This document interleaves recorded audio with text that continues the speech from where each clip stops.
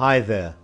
The Lasker King March trap is a spectacular miniature played by Edward Lasker against George Thomas in 1912. It was in the Dutch defence in the Staunton Gambit, starting d4 and f5, and I should point out that this Edward Lasker should not be confused with the world champion Emanuel Lasker. Edward Lasker, in fact, invented some kind of breast pump, a pump to pump out milk from the breast, and so he was often jokingly referred to not as a chess player but as a chest player. So we got the Dutch defence with d4 f5, where Lasker plays the Staunton Gambit with e4, named after the great English master Howard Staunton. Black accepts f takes on e4, and knight c3 wants to recover the pawn back with knight takes on e4. Knight f6 defends the pawn, and bishop g5 by Lasker hits the knight. e6 means that bishop takes knight will be met by queen takes knight. Knight takes on e4 because the knight is pinned, so bishop e7 breaks the pin. And now bishop takes f6 anyway. A little bit questionable, this move. After the bishop recaptures, knight to f3 allows black to castle. White develops the king's bishop to its most aggressive square on d3, looking down that diagonal at the h7 pawn. b6, black intends to fianchetto the queen's bishop, and now knight e5 was played, putting that knight on a secured outpost of e5.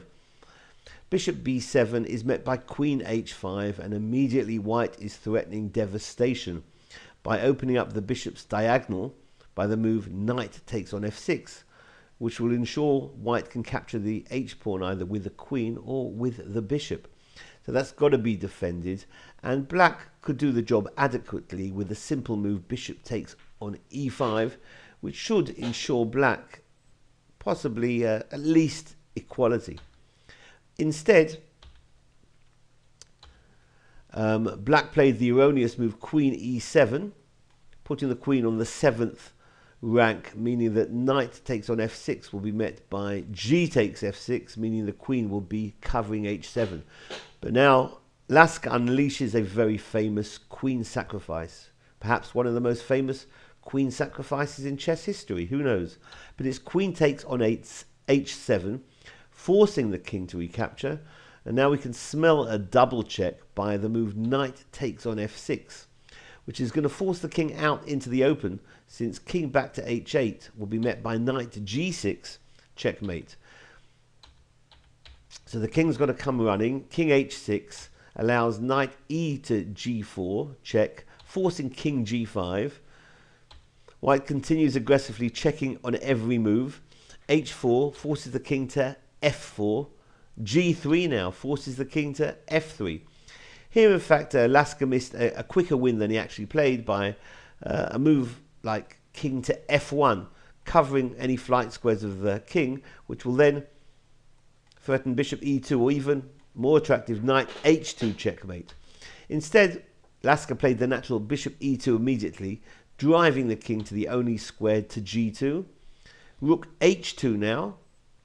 The rook lifts, sending the king to the last rank, or the first rank if you're white. King to g1, and now white mates in one of two ways, either with long castles, where the rook on d1 will hit the king, or the move played by Lasker, king to d2, and that is a beautiful checkmate. So this has been the Lasker King March trap in the Staunton Gambit of the Dutch defence. Thank you for watching. Bye-bye.